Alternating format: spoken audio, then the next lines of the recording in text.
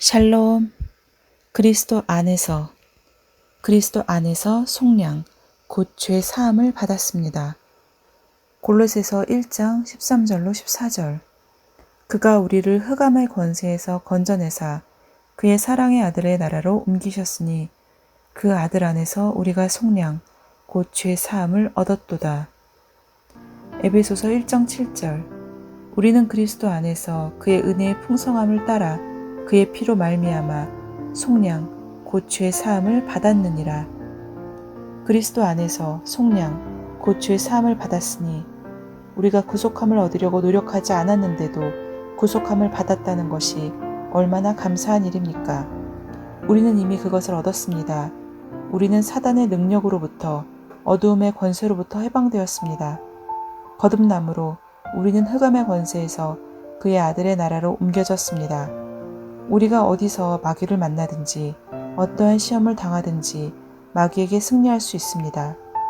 우리가 예수를 주님으로 영접하여 거듭난 순간 사단의 지배는 끝이 났으며 예수님의 지배가 우리의 삶에 시작되었습니다.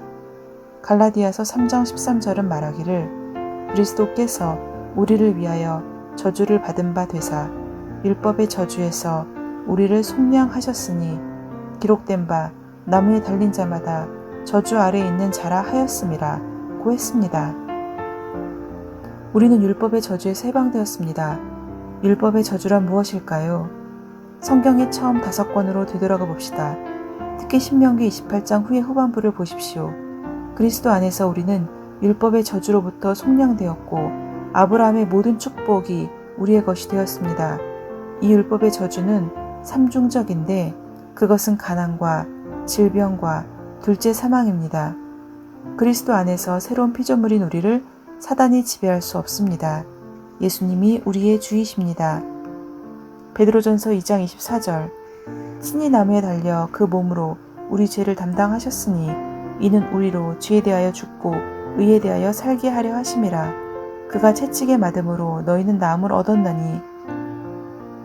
마태복음 8장 17절. 이는 선지자 이사야를 통하여 하신 말씀에 우리의 연약한 것을 친히 담당하시고 병을 짊어지셨도다 함을 이루려 하심이더라. 고백. 그가 채찍에 맞음으로 나는 나았습니다. 2000년 전에 그가 채찍에 맞았으므로 내가 나음을 얻었다고 성경은 말하고 있습니다. 그때 내가 나음을 얻었다면 나는 지금 나은 것입니다. 내가 그리스도 안에 있기 때문에 병 고침은 내 것입니다. 베드로는 갈보리의 희생을 돌아보며 그가 채찍에 맞음으로 내가 나음을 얻었다고 말했습니다. 나을 것이 아니라 이미 나은 것입니다. 하나님은 우리 모두의 불의와 죄뿐 아니라 우리의 아픔과 질병을 예수님께 담당시켰던 것을 기억하십니다. 예수님은 그가 우리를 위해 그것들을 담당하신 것을 기억하십니다. 그러므로 성령님께서 베드로에게 영감을 주어 쓰게 했습니다.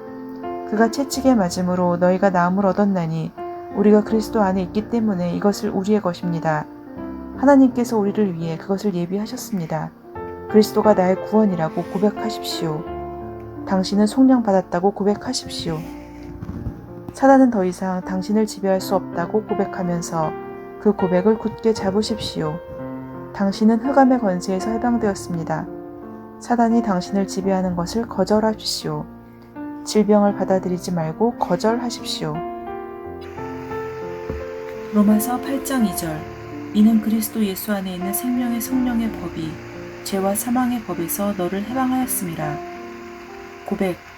그리스도 예수 안에 있는 생명의 법이 죄와 사망의 법으로부터 나를 해방하였습니다.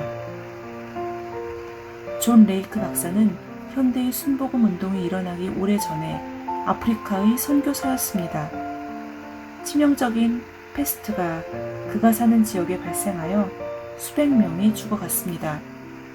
그는 병자들을 돌보고 죽은 자들을 장사 지냈습니다. 마침내 영국이 의료팀과 구호물자들을 배로 보냈습니다. 의사들은 레이크를 배로 데려가려고 와서 그에게 물었습니다. 당신은 몸을 보호하기 위해 무엇을 사용하고 있습니까? 여러분, 나는 그리스도 예수 안에 있는 생명의 성령의 법이 죄와 사망의 법에서 나를 해방하였음을 믿습니다. 내가 생명의 법 안에서 걷고 있는 한 세균이 내게 침투하지 못할 것입니다. 우리 예방법이 더 낫다고 생각하지 않습니까? 하고 의사가 독촉했습니다. 아니요, 당신이 내게 실험을 해도 좋습니다. 여러분이 죽은 사람에게로 가서 죽은 후 폐에서 나온 거품을 가지고 현미경 아래에 놓게 되면 여러분은 살아있는 세균을 보게 될 것입니다. 세균은 사람이 죽은 뒤에도 얼마 동안은 살아있는 것을 발견하게 될 것입니다. 여러분이 그 세균들을 내 손에 쥐어주면 나는 그것을 현미경 아래에 놓겠습니다. 그러면 세균들은 살아있지 않고 즉시 죽어버리게 될 것입니다. 의사들은 그렇게 해보기로 했습니다. 실험을 한 결과 사실임이 드러났습니다. 어떻게 된 것인지 그들이 놀라워할 때 레이크는 그들에게 말했습니다. 그리스도 예수 안에서의 생명의 성령의 법입니다. 야고보서 4장 7절 마귀를 대적하라 그리하면 너희를 피하리라. 이 문장에서 생략되어진 주어는 당신입니다. 당신이 마귀를 대적하면 그는 달아날 것입니다. 그는 공포에 질린 것처럼 도망갈 것입니다. 이것에 대해 하나님이 하실 일은 이미 다 해놓으셨습니다. 그는 예수님을 보내셨으며 예수님은 마귀를 이기시고 부활하셨습니다. 예수님은 우리를 위해 마귀를 패배시키셨습니다. 이제 우리가 이에 대해 무엇인가 해야 할 차례입니다. 당신이 그리스도 예수 안에 있기 때문에 할 수 있습니다. 마귀는 당신을 한 개인으로서는 두려워하지 않습니다. 그러나 당신이 그리스도 안에서 당신의 권리와 특권이 무엇인지 발견할 때, 예수의 이름이 당신의 것이라는 사실을 발견할 때, 그 이름이 할 수 있는 일들을 당신이 깨달았을 때 그는 무서워 떨며 당신으로부터 도망갈 것입니다. 요한일서 4장 4절 자녀들아 너희는 하나님께 속하였고 또 그들을 이기었나니 이는 너희 안에 계시니가 세상에 있는 자보다 크심이라. 고백 내가 그리스도 안에 있으므로 더 크시니가 내 안에 삽니다. 그분은 마귀보다 더 큽니다. 질병보다도 더 큽니다. 환경보다도 더 큽니다. 그분이 내 안에 삽니다. 우리는 하나님으로부터 말미암아 거듭나서 그의 사랑에 참여한 자가 되었을 뿐만 아니라 우리 안에는 죽음에서 예수를 살리신 자의 영에 거합니다. 당신은 불가능해 보이는 문제를 직면하고 있을 수 있습니다. 그것이 얼마나 불가능해 보이는가를 말하는 대신에 당신 안에 있는 그분을 바라보며 하나님께서 지금 내 안에 계시다라고 말하십시오. 당신의 믿음의 고백은 하나님이 당신을 대신하여 일하시도록 할 것입니다. 그분이 당신 안에서 일어나셔서 당신에게 성공을 줄 것입니다. 창조의 주님이 당신 안에 계십니다.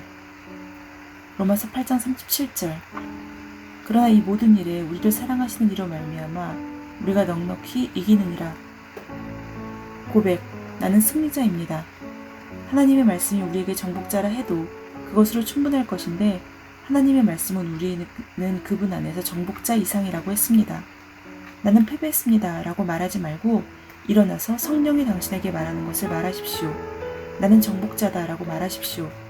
당신은 당신이 정복자인 것을 느끼지 못할 수도 있습니다. 그러나 하나님의 말씀에 기록된 대로 당신이 고백한다면 그것은 당신의 삶에 실제감을 창조해낼 것입니다. 당신은 조만간에 당신이 고백한 그대로 될 것입니다. 어떤 상황에서도 당신은 두렵지 않을 것입니다. 당신은 어떤 질병도 두렵지 않을 것입니다. 당신은 두려움 없이 삶을 대면할 수 있습니다. 당신은 정복자입니다. 다음은 말씀의 실제 9월 7일 우리는 하나님의 사랑의 대상입니다. 의인의 열매는 생명나무라 지혜로운 자는 사람을 얻느니라. 잠언 11장 30절 하나님이 이 땅에서 가장 아끼시는 것은 인간의 영혼입니다. 성경은 요한복음 3장 16절에서 이렇게 말합니다. 하나님이 이 세상을 이처럼 사랑하사 독생자를 주셨으니 이는 그를 믿는 자마다 멸망하지 않고 영생을 얻게 하려 하심이라. 그분은 어떤 것들이 아니라 사람의 세상을 사랑하셨습니다. 우리가 그분의 사랑의 대상입니다. 하나님께서는 우리 각 사람이 행성이나 은하수보다 더 소중합니다. 그분은 은하수를 돌보도록 천사를 두셨고 또 다른 일들을 위해 임명한 천사들도 있습니다.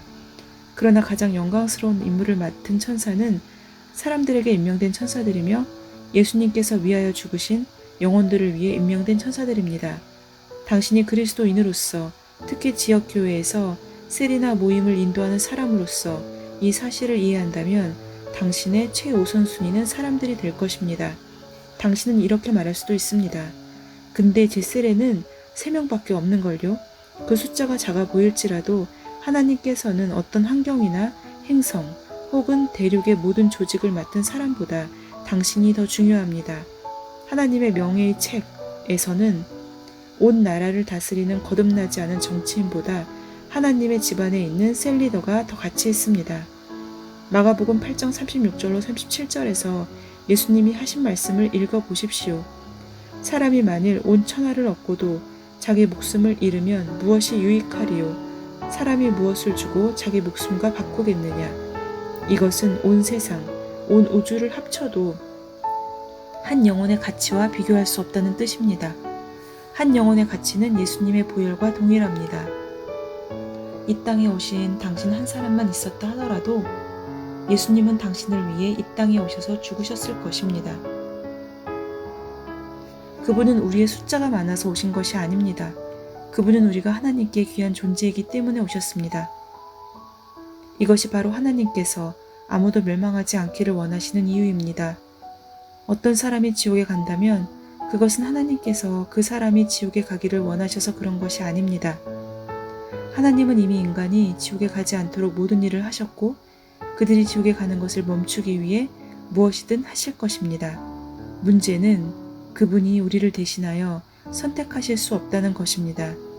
이는 그분이 우리에게 아주 중요한 선물, 즉 결정을 내릴 수 있는 능력과 선택할 수 있는 권리를 주셨기 때문입니다.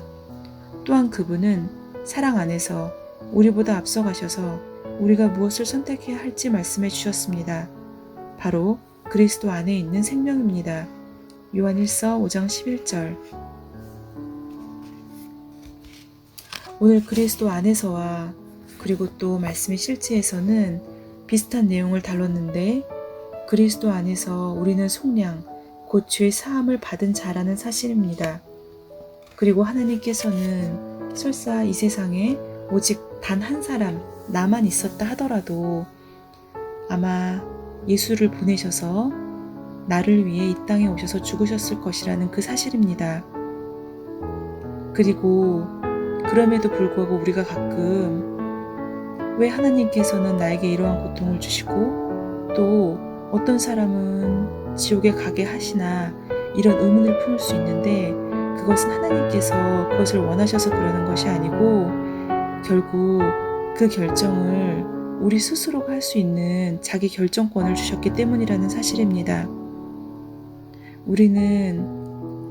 우리가 무엇을 선택할지 그런 선택권 안에서 예수 그리스도를 선택해야 하고 그렇게 되면서 우리는 그 능력과 예수 그리스도 안에 있는 생명을 얻을 수 있는 자가 되는 것입니다.